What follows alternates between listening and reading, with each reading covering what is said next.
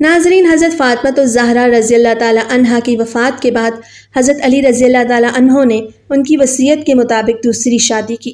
امام حسن رضی اللہ تعالیٰ عنہ، امام حسین رضی اللہ تعالیٰ عنہ اور حضرت زینب رضی اللہ تعالیٰ عنہا ابھی چھوٹے تھے۔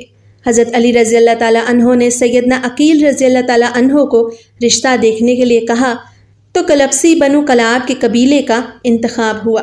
سیدنا علی رضی اللہ تعالیٰ عنہ کی خواہش تھی کہ کوئی ایسی خاتون ہو جو شجاعت، سخاوت اور ایثار کی خصوصیات سے مالا مال ہو۔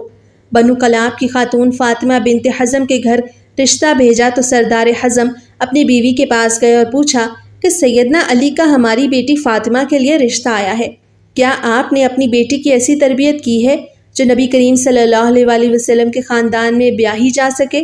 پھر جب رشتہ قبول ہوتا ہے تو فاطمہ بنت حزم سیدہ ام البنین سیدنا علی کے گھر آ جاتی ہیں اور سیدہ زینب سیدنا حسن اور سیدنا حسین رضوان اللہ علیہم اجمعین کو گلے لگا لیتی ہیں اور حضرت علی سے درخواست کرتی ہیں کہ ان بچوں کے سامنے آپ مجھے کبھی فاطمہ مت کہیے گا، کیونکہ انہیں اس سے ان کی ماں یاد آ جائے گی۔ میں اس گھر میں ان کی ماں بن کر نہیں آئی بلکہ کنیز بن کر آئی ہوں۔ میرا یہ مقام نہیں کہ ان کی ماں کی جگہ لے سکوں۔ اس کے بعد آپ نے امام حسن اور امام حسین رضوان اللہ علیہم اجمعین کو بیٹا نہیں کہا بلکہ ہمیشہ مولا کہتی رہیں۔ ان کے 4 بیٹے ہوئے، اس لیے انہیں ام البنین بھی کہتے ہیں، مطلب 4 بیٹوں کی ماں۔ اپنے بیٹوں کو ہمیشہ سیدنا حسن، سیدنا حسین اور سیدنا علی رضوان اللہ علیہم اجمعین کی صرف اطاعت کا حکم دیا، ادب سکھایا اور کہا جو وہ کہیں بس حکم بجا لانا ہے، بحث نہیں کرنی، یہ اہل بیت ہیں، ہم ان کے نوکر ہیں۔ 4 بیٹوں میں عباس ابن علی، عبداللہ ابن علی، جعفر ابن علی اور عثمان ابن علی تھے۔ سیدنا عباس لشکر حسین کے سپہ سالار بھی رہے، شجاعت میں یک مقام رکھتے تھے، دونوں ہاتھ سے تلوار چلاتے تھے۔ جنگ صفین میں سیدنا علی رضی اللہ تعالیٰ عنہ نے ان کو بھیجا تو محمد بن حنفیہ نے کہا کہ آپ صرف عباس کو کیوں آگے بھیجتے ہیں؟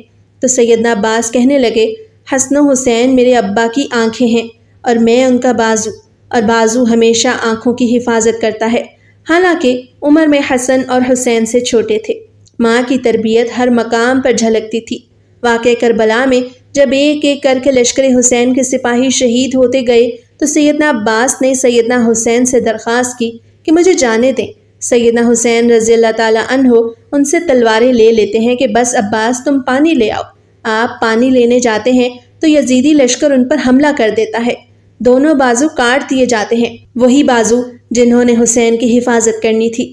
گھٹنے میں تیر لگتا ہے، امام علی مقام کی آنکھیں بھر آتی ہیں۔ سیدنا عباس امام حسین رضی اللہ تعالیٰ عنہ سے درخواست کرتے ہیں کہ میرے گھٹنوں سے تیر نکال دیں اور کہتے ہیں کہ مولا میری والدہ سے کہہ دیجیے گا کہ عباس کے دونوں بازو نہیں تھے، اس لیے صرف آپ کو تیر نکالنے کا کہا۔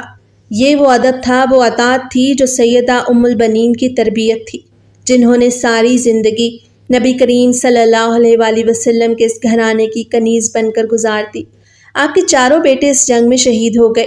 سیدنا علی رضی اللہ تعالیٰ عنہ کے 5 بیٹوں نے اس میں جام شہادت نوش کیا، جس میں 4 سیدہ ام البنین کے فرزندان تھے، جو لشکر حسین کا نہ صرف حصہ بنے بلکہ امام عالی مقام پر اپنی جان تک قربان کر دی اور ساری عمر کبھی زبان پر کوئی سوال نہ لائے۔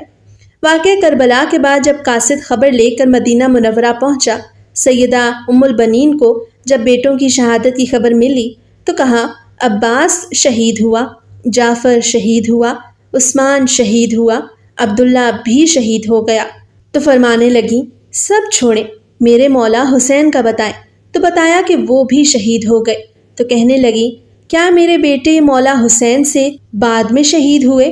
تو بتایا کہ نہیں، وہ پہلے شہید ہوئے اور مولا کی حفاظت کے لیے خوب لڑے۔ تو شکر ادا کیا کہ انہوں نے بے شک حق ادا کر دیا۔